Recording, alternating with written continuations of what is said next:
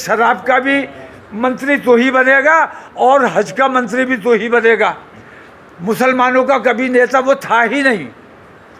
उन्होंने इमरान मसूद से निजात दिलाई, ऐसे उन्होंने कई उदाहरण दिए।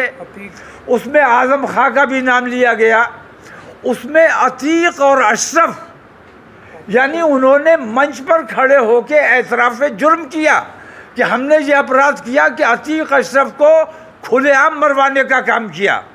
और हमने अंसारी साहब को, मुख्तार अंसारी को, हमने मुख्तार अंसारी से निजात दिलाई। इसका मतलब ये है कि मुख्तार अंसारी बीमारी से नहीं मरे, हार्ट अटैक से नहीं मरे, बल्कि उनको जहर देकर मार डाला गया।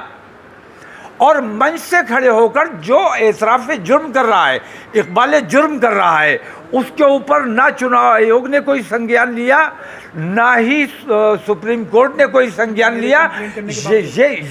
ये बहुत दुर्भाग्यपूर्ण है और इसके खिलाफ हिंदुस्तान की आवाम को, ख़ास तौर से हिंदू समाज को इस तरफ तवज्जो देनी चाहिए। हिंदू समाज के लिए मैं इतना कहना चाहता हूँ कि आपको उलझाया जाता है। हम मुसलमानों की और गैर मुस्लिमों की राजनीति नहीं करते, हम अपने राष्ट्र की राजनीति करते हैं। हमारा देश ऐसे बेईमानों और ऐसे गैर जिम्मेदारों के चुंगल में फंस गया है। इस चुंगल से हमें अपने देश को आज़ाद कराना है। तो ये लड़ाई आज़ादी की लड़ाई है, ये लड़ाई चुनाव की लड़ाई नहीं है, सत्ता की लड़ाई नहीं है, बल्कि आज़ादी की लड़ाई मैं इसे मानता हूँ। और इसीलिए अगरचे मुझे डॉक्टर ने बताया है बाईपास, लेकिन मैं वो तमाम चीज़ें, तमाम इलाज छोड़कर मैं आप लोगों के दरमियान आया हूँ कि वक्त की ज़रूरत है। इस वक्त हमें मुत्तहिद होकर, मुत्तफ़िक़ होकर अपने देश को धृष्ट राष्ट्र से बचाना है, दुर्योधन और दुशासनों से बचाना है। और धृष्ट राष्ट्र का अगर तीसरी बार शासन आ गया तो मुल्क को, हमने 2 बार तो हत्तल इम्कान कोशिश की है कि देश में महाभारत ना हो, क्योंकि हमारा देश है। हम अपने देश में बदअमनी और अफरा तफरी का माहौल नहीं चाहते, लेकिन ये अपने दुर्योधनों और दुशासनों के ज़रिए ये धृतराष्ट्र इस देश में महाभारत कराने का काम करेगा ही। इसलिए मैं हिंदू समाज से ख़ास तौर से हाथ जोड़कर कहता हूँ कि आप लोगों की जिम्मेदारी है कि हमारे देश को, अपने देश को, ऐसे गैर जिम्मेदार जिसने हमारे मुल्क को बेचने का काम किया है। सबसे बड़ी बात यह है कि इन लोगों ने हम पर इल्ज़ाम लगाया, पिछली सरकार में ये कहा जाता था कि हज सब्सिडी, आप लोगों ने सुना होगा, हज सब्सिडी मुसलमानों को दी जाती थी। सच्चाई ये है कि वो हज सब्सिडी हमें कभी नहीं मिलती थी। वो हज सब्सिडी सीधे एयर इंडिया को जाती थी। इन्होंने कहा, इन्होंने आने के बाद हमारी हज सब्सिडी बंद कर दी, ये समझ के कि मुसलमानों को नुकसान पहुंचा रहे हैं। लेकिन पूरी दुनिया ये देख रही है कि आज बांग्लादेश की अपनी एयरलाइन है, नेपाल की अपनी एयरलाइन है, छोटे छोटे देशों की अपनी एयरलाइन है, लेकिन दुनिया का इतना बड़ा देश भारत, हमारे भारत की अपनी कोई एयरलाइन नहीं है। इससे ज़्यादा दुर्भाग्यपूर्ण कुछ नहीं हो सकता। तो हमारे देश को बदनाम करने का, देश को बेचने का, देश को खोखला करने का काम और देश को छिन भिन करने का काम अगर कोई कर रहा है तो वो नरेंद्र मोदी और उसके गुंडे कर रहे हैं। इन लोगों पर लगाम लगाने के लिए, इन लोगों से अपने देश को निजात दिलाने के लिए ये ज़रूरी है कि हमें एक बेहतर सरकार अपने देश की बनानी चाहिए। और सरकार बनाने के लिए ये ज़रूरी है, बड़ी बड़ी जमातें हैं वो अपना काम कर रही हैं। मैं गठबंधन की मुखालफत इसलिए कर रहा हूँ क्योंकि गठबंधन के 10 साल भी मैंने देखे हैं, वो दौर भी देखा है मैंने जब मनमोहन सिंह 10 साल हमारे देश के प्रधानमंत्री रहे, और ये दौर भी हमने देखा है जब 10 साल नरेंद्र मोदी हमारे देश के प्रधानमंत्री रहे। उन दोनों 10 सालों का हम मुवाजना करते हैं तो वो 10 साल भी बहुत ख़तरनाक मुसलमानों के लिए गुज़रे। इसमें कोई शक नहीं कि मुसलमान बहुत तकलीफ़ों से गुजरा उन 10 सालों में, लेकिन देश का नुकसान उन्होंने कभी नहीं होने दिया। मैं इसका एतराफ़ करता हूँ, अगरचे मैं उनका मुखालिफ हूँ। गठबंधन का जहाँ तक ताल्लुक़ है, जहाँ उन्होंने जिम्मेदार अपने उम्मीदवार उतारे हैं, मैं उनकी हिमायत कर रहा हूँ। अखिलेश यादव के सारे उम्मीदवार मैं जो देख रहा हूँ, वो आरएसएस मुख्यालय तय कर रहा है कि कहाँ कौन उम्मीदवार लड़ना चाहिए। इसलिए मुझे रामपुर आना ज़रूरी हुआ और इसलिए महमूद पराचा साहब को यहाँ लाना ज़रूरी हुआ। मैं चाहता तो इन्हें बरेली लेके जा सकता था और बरेली अल्हम्दुलिल्लाह इन्हें जिता के ले आऊँगा, लेकिन मैं रामपुर इसलिए लेके आया हूँ कि कल रामपुर वाले ये ना कहें कि हम तो मजबूर थे, हमारे पास कोई रास्ता नहीं था, बीजेपी को हराना था इसलिए हमने समाजवादी को वोट दे दिया। समाजवादी भारतीय जनता पार्टी से ज़्यादा बड़ा जहर इसलिए है कि वो खुला दुश्मन है और ये छुपा हुआ दुश्मन है, पीठ में खंजर मारने वाला दुश्मन है। समाजवादी का प्रत्याशी डमी प्रत्याशी उतारा गया है और बीजेपी को जिताने के लिए उतारा गया है। और मुरादाबाद में तो आपने देखा कि किस तरह इन्होंने सरेंडर कर दिया और अपनी सीट, जीती हुई सीट भारतीय जनता पार्टी को दे दी। इसी तरह बहुत सी जगहों पे इन्होंने किया है, जैसे बरेली में किया है, जैसे आप देखिए कि मेरठ में किया है, 3 उम्मीदवार बदले, बिजनौर में किया है, ऐसे इन्होंने कितनी जगह, ऐसे इन्होंने नगीना में किया है।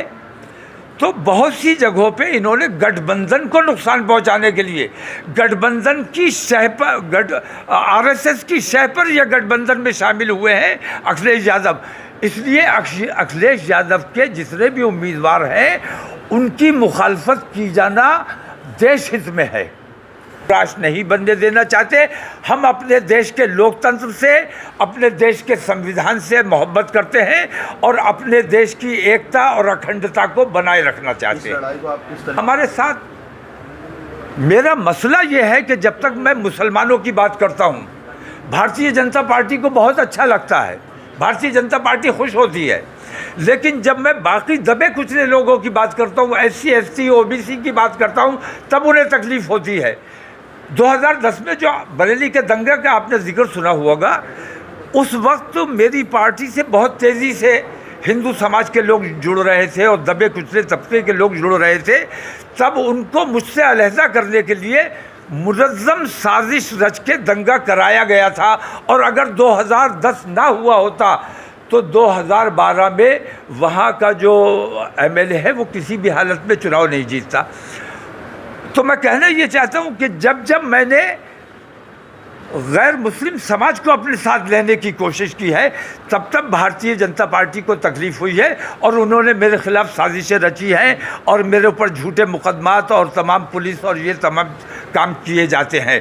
मेरी सुरक्षा मुकदमों के नाम पर वापस ली हुई है और इस वक्त मेरी हत्या कराने का, और पुलिस उस साजिश में शामिल है, पुलिस मेरी हत्या कराना चाहती है, इसलिए मेरी सुरक्षा वापस ली गई है। तो भारतीय जनता पार्टी से हमें किसी किस्म की कोई शिकायत नहीं है।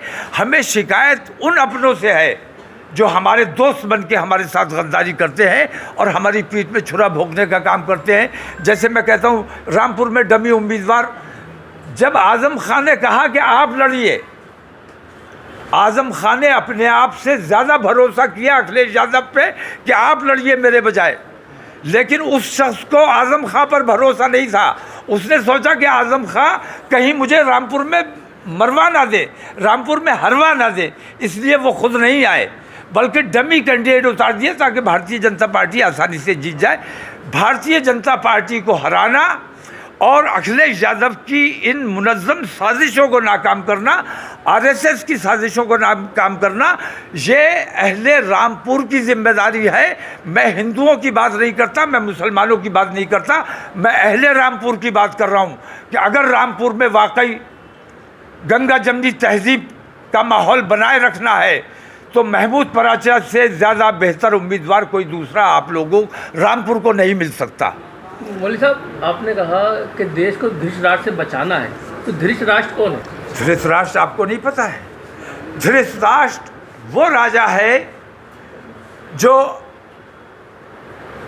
अपनों की मोहब्बत में जो ये कहता था कि सबका साथ सबका विकास, लेकिन अपनों की बात सुनता था, अपनों की बात मानता था, अपनों का काम करता था, दूसरों के साथ अन्याय करता था, वो धृतराष्ट्र राजा। वही धृतराष्ट्र आज भी हमारे देश का राजा बन गया है। ऐसे राष्ट्र से जो सबका साथ और सबका विकास की बात करता है लेकिन सिर्फ अपनों की बात करता है और मुसलमानों की पहचान कराता है कि ये मुसलमान तुम्हारा दुश्मन है, ये मुसलमान आतंकवादी है। अगर कोई असली आतंकवादी है तो वो ये लोग हैं जो अंग्रेज़ों की चाटुकारिता करते रहे हमेशा, और आज हिंदू और मुसलमान करके हमारे देश को अंग्रेज़ों की तरह कमज़ोर करने का काम जो कर रहा है, जो हमारे देश को कमज़ोर कर रहा है, हमारे देश की एकता को कमज़ोर कर रहा है, वो देश प्रेमी नहीं हो सकता, देशद्रोही है हर वो शख्स, हर वो हिंदू, हर वो मुसलमान जो देश के एकता को तोड़ने का काम करता है। मेरी नज़र में वो देशद्रोही है। टिकट को लेके, समाजवादी के टिकट को लेके जो मामला तय नहीं हुआ उसकी मुखालफत करना है या इंडिया गठबंधन की मुखालफत करना है, आप ये बताएं। मैंने अभी कहा, मैं इंडिया गठबंधन की मुखालफत बिल्कुल नहीं कर रहा हूँ। ऐसी जगहों पर जहाँ इंडिया गठबंधन के उम्मीदवार ठीक नहीं लगे हैं मुझे, या मुझे ऐसा लगा कि ये डमी हैं, या ये कि वो मजबूती से चुनाव नहीं लड़ पा रहे, या रिश्वत में कहीं से टिकट लेकर आ गए हैं, या किसी सिफारिश में उन्हें टिकट देकर भेज दिया गया, ऐसे उम्मीदवारों के ख़िलाफ़ हमने अपने उम्मीदवार उतारे हैं। और मैंने तनहा नहीं किया है ये काम, मेरे साथ SC ST OBC तमाम लोग हैं। हमारे उम्मीदवार छोटू भाई वसावा भी है, हमारा सामाजिक न्याय मोर्चा, आपने तारुफ नहीं कराया, सामाजिक न्याय मोर्चा बना हुआ है, सोशल जस्टिस फोरम बना हुआ है, और ये एम्ब्रेला ऑर्गेनाइजेशन है, इसमें प्रकाश अंबेडकर भी हैं और उनकी पार्टी भी चुनाव लड़ रही है। इसमें हाँ, वसावा साहब, छोटू भाई वसावा भी हैं, इसमें हमारे पप्पू यादव भी है, ऐसे बहुत सी छोटी छोटी पार्टियां, और ये सारे के सारे आज़ाद उम्मीदवार हैं। आज़ाद उम्मीदवार कल जब सरकार बनाने का टाइम आएगा तो मैं गठबंधन की मुखालफत नहीं कर रहा हूँ, मैं सिर्फ अखिलेश की उस बेईमानी को उजागर करना चाहता हूँ जो बेईमानी ये उत्तर प्रदेश के मुसलमानों के साथ कर रहे हैं। हम अल्हम्दुलिल्लाह अल्लाह से डरने वाले लोग हैं, और जो अल्लाह से डरता है वो दुनिया की किसी ताकत से नहीं डरता है। मुझे भी डराने की कोशिश की गई, धमकाने की कोशिश की गई, मेरे ख़िलाफ़ मुकदमे झूठे लिखाए गए, मेरे पीछे आपको अभी पता होगा कि मुझे भगोड़ा घोषित कर दिया था, और मीडिया ने क्या क्या तूफ़ान, बस आतंकवादी कहना शायद बाकी रह गया था, बाकी तमाम कुछ कह दिया था। हमारा हिंदू समाज अगर ईमानदारी से गौर करे तो ये समझ लीजिए कि हमारे देश का लोकतंत्र तकरीबन ख़त्म हो चुका है। देश के लोकतंत्र के लिए ज़रूरी है कि सरकार निष्पक्ष हो, जो पूरी तरह से निष्पक्ष नहीं है, पूरी तरह से बेईमान हो चुकी है, पूरी तरह से भ्रष्ट हो चुकी है। कार्यपालिका निष्पक्ष हो, कार्यपालिका सरकार के दबाव में आ चुकी है, कार्यपालिका निष्पक्ष नहीं है। पत्रकारिता निष्पक्ष हो, पत्रकारिता पूरी तरह बिक चुकी है। आप लोगों के अलावा बात कर रहा हूँ मैं उस मेन स्ट्रीम मीडिया की बात कर रहा हूँ जिन्होंने अपना ईमान, अपना ज़मीर और पत्रकारिता के नाम को बट्टा लगाने का काम किया है। मैं उस पत्रकारिता की बात कर रहा हूँ। पत्रकारिता को पूरी तरह से बेईमान बना दिया गया है। आखिरी किला हमारे पास अगर कोई बचा है तो वो न्यायपालिका का है। न्यायपालिका की हिफाजत हमारी जिम्मेदारी है। न्यायपालिका पर भी सरकार पूरा दबाव बनाने की कोशिश करती है, लालच देने की कोशिश करती है, डराने धमकाने की कोशिश करती है, लेकिन अभी तक न्यायपालिका ने अपना रोल ठीक निभाया है। कुछ जजेस हैं छोटे छोटे जो सरकार की खुशनुदी के लिए काम करते हैं। ऐसे जजेस पर मैं समझता हूं कि सुप्रीम कोर्ट की नज़र होगी और ऐसे लोगों पर सुप्रीम कोर्ट कोई ना कोई एक्शन जरूरी। रामपुर में आज आने का मकसद आपका बीजेपी के कैंडिडेट को हराना है या महमूद राजा साहब को जिताना? मैं किसी को हराने जिताने नहीं आया हूँ। मैं अपना एक उम्मीदवार लेकर आया हूँ। और मैं ये समझता हूँ कि मैंने जो खिदमत अंजाम दी हैं, मैंने जो लड़ाइयाँ लड़ी हैं, अगर रामपुर वालों को ये लगता है कि ईमानदार लड़ाई लड़ी जानी चाहिए, महमूद पराचा साहब को सब ने देखा है कि ईमानदारी से लड़ाई लड़ते हैं, कभी समझौता नहीं करते हैं। जिस मस्जिद के इमाम साहब समाजवादी पार्टी के उम्मीदवार हैं, उस मस्जिद के वक्फ का मुकदमा भी पराचा साहब लड़ रहे हैं। तो 123 औकाफ, दिल्ली के 123 औकाफ हैं जो मुनहदिम किए जाने हैं। अगर पराचा साहब हार जाते हैं तो इसका नुकसान रामपुर वालों को नहीं होगा, बल्कि हमारा हौसला टूटेगा और पूरे देश को इसका नुकसान होगा। मैं रामपुर वालों से ख़ास तौर से अपील करता हूं कि पराचा साहब को अगर जिता के भेजोगे, हमारा हौसला बढ़ेगा, हम इस लड़ाई को और मजबूती से और ज़्यादा ताकत से लड़ सकेंगे। और अगर महमूद पराचा हार जाते हैं तो फ़िरका परस्ती जीतेगी, और फ़िरका परस्ती अगर जीतेगी तो देश को फिर एक और महाभारत से कोई बचा नहीं सकेगा। समाजवादी आज़म खां साहब आज जिस हाल में हैं, उनके साथ जो कुछ भी ज़्यादती हुई, जो कुछ भी जुल्म हुआ, अगर समाजवादी पार्टी ईमानदारी से उनकी हिमायत में खड़ी हो जाती तो एक दिन के लिए भी उन्हें जेल में रखा नहीं जा सकता था। आपको याद होगा, मुझे भी एक बार गिरफ्तार किया गया था। मेरे लोग निकल के आए, मेरी छोटी सी पार्टी, मेरे थोड़े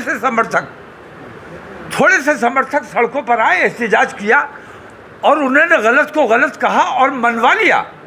समाजवादी पार्टी अगर हर ज़िला मुख्यालय पर धरना देती, प्रदर्शन करती, किसी सरकार की हिम्मत नहीं थी, किसी सरकार की ताकत नहीं थी कि आज़म खां को जेल में रख पाते। आज़म खां को जेल में रखकर, आज़म खां को की कुर्बानी देकर इस परिवार ने अपने स्वार्थ सिद्धि का काम किया है। अखिलेश यादव सिर्फ ये चाहते हैं कि उनके परिवार के लोग जीत जाएं, बाकी पूरी समाजवादी पार्टी भारतीय जनता पार्टी के खाते में चली जाए। अखिलेश यादव समझौता कर चुके हैं, अपना ईमान, अपनी पार्टी, अपना ज़मीर आरएसएस के यहाँ गिरवी रख चुके हैं, और जो भोलेपन में उनका झंडा उठाकर इस वक्त घूम रहे हैं, मैं उनसे अपील करता हूँ। और मैं, अगर वाकई इमाम साहब, अगर वाकई उनमें ईमानी हरारत है, तो मुझे यकीन है कि कल जब वो खुद वोट करने जाएंगे तो अपना वोट भी वो मजबूर होंगे मिल्लत के नाम पर और मुल्क के नाम पर महमूद पराचा को वोट करने पे मजबूर हो जाएंगे। ईवीएम की लड़ाई लड़ रहे हैं, ईवीएम की लड़ाई लड़ रहे हैं, औकाफ की लड़ाई हर वो गलत काम जो देश के हित में नहीं है, मिल्लत के हित में नहीं है, मुल्क के हित में नहीं है, उसके खिलाफ महमूद पराचा लड़ाई लड़ते हैं। और मैं वोट ही नहीं मांग रहा हूँ, मैं बताता हूँ। नहीं, पराचा सुनिए, हम अल्हम्दुलिल्लाह मोहताज नहीं हैं। अल्लाह ने हमें ताज वाला बनाया है, मोहताज रहने वाला नहीं बनाया है। ये बात वो भी कहते हैं इमाम साहब। मोहताज, हम मोहताज नहीं हैं, मांगने वाले नहीं, मांगने वाले दर आ रहे हैं। हम एक मिशन देकर जा रहे हैं। अगर इस मिशन में हमारे साथ चलना है तो महमूद पराचा को जिताना है, और अगर इस मिशन से आप लोगों को इख्तिलाफ है, अगर ये मिशन आपको पसंद है, मैं सिर्फ मुसलमानों की बात नहीं कर रहा हूँ, मैं हिंदू समाज को भी इसमें मुखातिब कर रहा हूँ कि अगर मेरे इस मिशन से आपको इख्तिलाफ है तो यकीनन आप जो चाहें वो करें। जो सुनिए, इस वक्त के जो मैं ज़मीनी हालात देख रहा हूँ, ज़मीन पर हालात ये हैं कि कोई भी हिंदू ये नहीं चाहता कि हमारे देश में एक और महाभारत हो। मैंने बहुत से हिंदुओं से, अंधभक्त तो मुझसे बात नहीं करता, मैं उससे क्या बात करूँगा, लेकिन आम हिंदू से, समझदार हिंदू से, पढ़े लिखे हिंदू से मेरी बात होती है, मेरे ताल्लुकात हैं, दोस्तियाँ हैं। उन तमाम लोगों ने मुझे ये बताया कि हमने इनकी महंगाई बर्दाश्त की, हमने बेरोज़गारी बर्दाश्त की, देश को खोखला बना दिया, ये सब हमने बर्दाश्त कर लिया, लेकिन ये बर्दाश्त नहीं होता है कि चारों शंकराचार्य नाराज़ हो गए।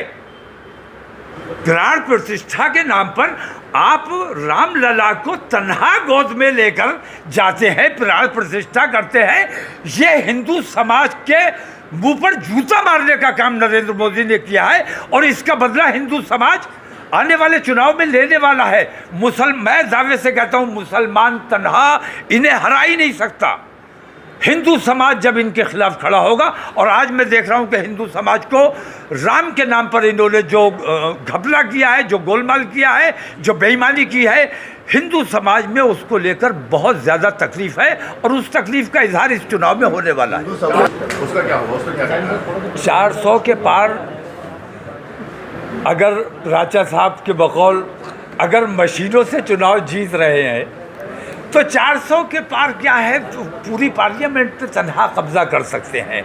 लेकिन अगर आम हिंदू और आम मुसलमान के वोट से हार जीत होनी है तो 200 तक अगर ये पहुंच जाएं तो बहुत बड़ी बात होगी। मौलाना साहब इसको लेकर क्या कहेंगे? आप गलत फहमी में हैं। इस सरकार में मुसलमान बेहद महफूज है।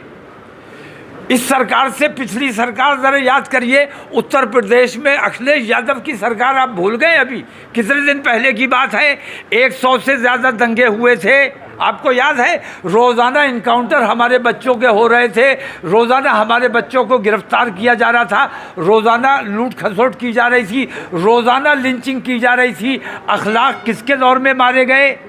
ज़ियाउल हक अंसारी ऑन ड्यूटी डीएसपी किसके दौर में मारा गया? दिन दहाड़ा किसके दौर में मारा गया?